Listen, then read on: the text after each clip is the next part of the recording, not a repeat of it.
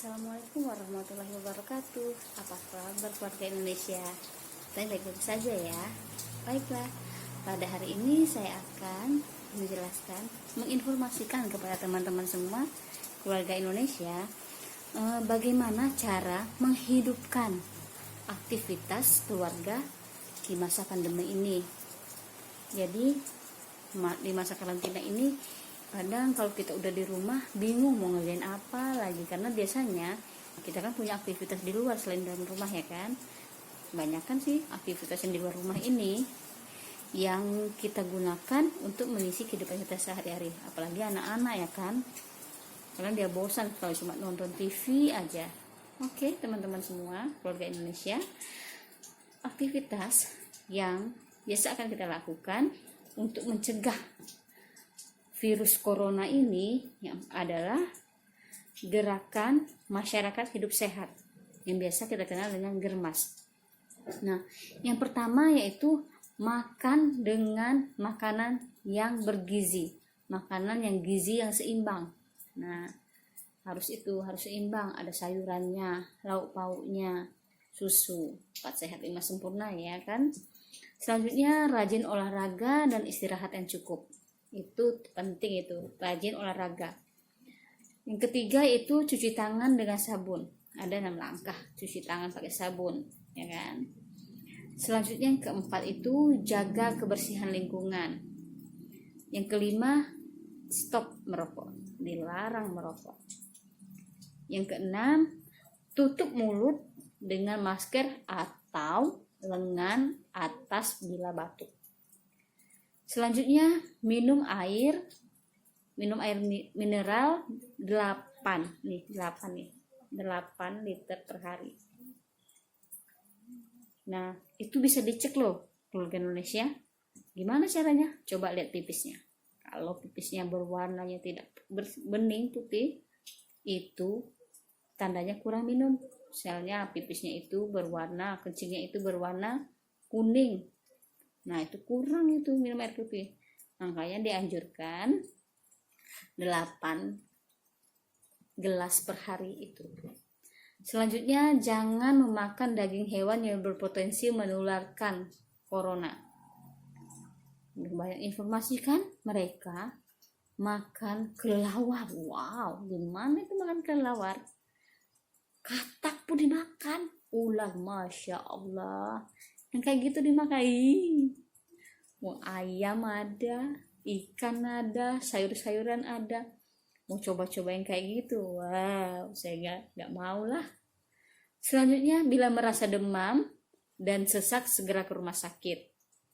Kalau udah demam panas tinggi 38 derajat, monggo langsung aja ke rumah sakit ya kan, atau ke fasilitas kesehatan yang ada di sekitar rumah kita. Selanjutnya yang terakhir nih, jangan lupa berdoa, karena semuanya Allah yang mengatur ya kan sahabat keluarga Indonesia. Nah, keluarga Indonesia perlu juga tahu nih bagaimana cara penularan dari virus corona ini. Yang pertama, virus menyebar melalui tetesan masuk ke dalam mata, hidung dan mulut. Mata, hidung dan mulut, itu cara penularannya. Yang kedua, terkena air liur orang sakit yang menempel pada benda. Itu juga salah satu penularannya, terkena air liurnya. Terkadang kan kalau dia udah batuk keluar air liurnya, kita nggak tahu itu apakah orang itu kena corona atau tidak, makanya kita harus menghindar. Selanjutnya menyentuh wajah setelah tidak sengaja memegang benda yang terkena virus corona. Kadang kita ini naik kendaraan umum nih, nggak tahu kita kan ada di dalam itu tempat pegangan itu udah terkena virus corona, kan tidak tahu. Makanya kalau kita menggunakan fasilitas umum sebaiknya nih menggunakan sarung tangan atau siapkan disinfektan agar setelah memegang itu langsung disemprotkan. Tipsnya sebaiknya menjaga jarak sekitar 0,5 sampai 2 meter dari orang sakit yang batuk atau bersin. Nah, misalnya kita nih udah lihat nih, oh itu udah batuk nih. Nah, mulai kita menghindar, jaga jarak ya. Kedua tipsnya, berikan masker pada orang sakit atau gunakan masker untuk melindungi diri sendiri. Ya, gunakan masker. Yang ketiga, ada suara kucing. Yang ketiga, cara efektif untuk menghilangkannya adalah dengan cuci tangan menggunakan sabun. Gunakan sabun ya, jangan lupa itu. Virus dapat bertahan hingga 24 jam di sebuah benda. 24 jam itu 1 hari loh teman-teman. 24 jam loh, kita nggak tahu kan. Nah, bagaimana cara kita mengingatkan keluarga kita? Apa yang wajib keluarga lakukan? Nih ada 3 caranya. Yang pertama, diskusikan. Yang kedua, tenangkan. Dan yang ketiga, cegah. Bagaimana nih kita mendiskusikannya? Nah, begini caranya. Ajaklah anggota keluarga untuk berdiskusi mengenai hal yang diketahui tentang virus corona. Dengarkan dengan baik. Setelah itu, beri pemahaman dan koreksi informasi yang tidak tepat mengenai virus corona pada semua anggota keluarga. Terkadang kan anak-anak nih sering dibombardir nih, mereka kan sekarang udah soal yang udah diberikan sama gurunya terkadang udah lewat HP sekarang kan, karena nggak ada pertemuan untuk belajar di sekolah, jadi mereka belajarnya lewat handphone. Nah, udah masuk nih berita yang tidak benar. Nah, mereka mungkin tidak akurat yang mereka baca itu, yang mereka tonton itu tidak akurat. Sangat penting bagi orang tua untuk berdialog dengan anak tentang fakta-fakta virus corona, sehingga mereka tidak percaya pada informasi yang tidak akurat yang dapat menambah kekhawatiran mereka. Diskusi dalam keluarga itu penting. Nah, selanjutnya tenangkan. Umumnya anak-anak dan lansia akan lebih fokus dengan cerita yang menakutkan, seperti kematian, keganasan virus. Maka jelaskan kepada mereka dengan tenang untuk tidak perlu khawatir karena virus corona dapat dicegah dan bisa sembuh. Yang kedua, orang tua juga perlu memastikan bahwa seluruh anggota keluarga akan tetap aman selama mengikuti arahan dan akan selalu melindungi mereka. Tenangkan anggota keluarga kita, dan kita sendiri juga harus tenang. Selanjutnya, cegah menerapkan gaya hidup sehat dalam keluarga.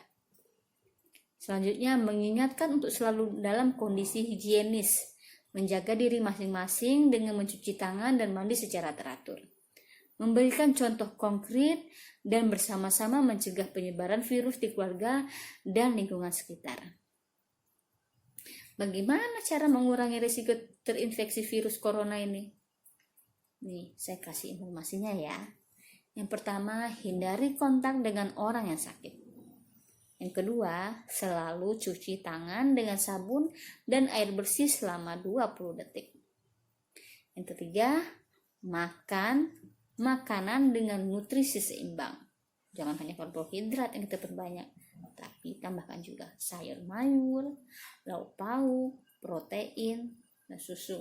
Penting itu untuk menjaga stamina tubuh kita. Yang keempat, gunakan masker. Dan kelima, waspada dengan lingkungan sekitar. Ya.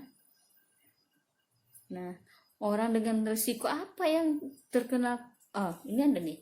Risiko yang sangat tinggi yang bisa menular pada manusia itu kalau ibu hamil nih yang pertama, atau ibu yang menyusui. Ibu hamil yang menyusui itu mempunyai risiko yang tinggi ya. Yang kedua, lansia juga mempunyai risiko tinggi terkena virus corona. Yang ketiga, kondisi sakit atau perawatan. Dan yang keempat, status tertentu, itu berisiko sangat tinggi terinfeksi virus corona. Terus apa sih yang keluarga wajib lakukan? Nah, yang wajib keluarga lakukan, yang pertama, lindungi keluarga dengan tetap menjaga jarak social distancing dengan jarak minimal 1-2 meter. Yang kedua, biasakan dan ingatkan anggota untuk tidak menyentuh wajah, hidung, dan tangan yang biasa. Yang ketiga, imbau anggota keluarga untuk mencuci tangan secara teratur 20 menit sekali. 20 menit sekali cuci tangan. 20 menit sekali cuci tangan. Yang keempat, hindari kerumunan orang dan bepergian ke ruang publik baik terbuka ataupun tertutup. Yang kelima, sediakan nomor kontak layanan kesehatan rujukan untuk mengantisipasi kejadian terpapar COVID-19.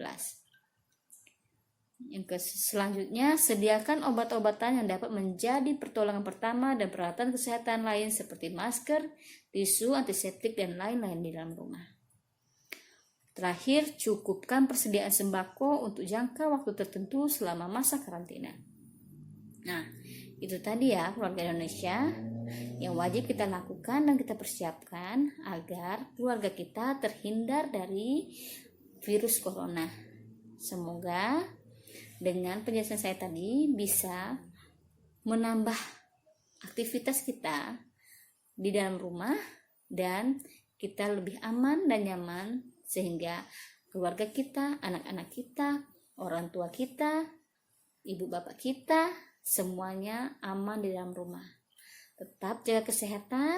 Saya akhiri. Wassalamualaikum warahmatullahi wabarakatuh. Dah.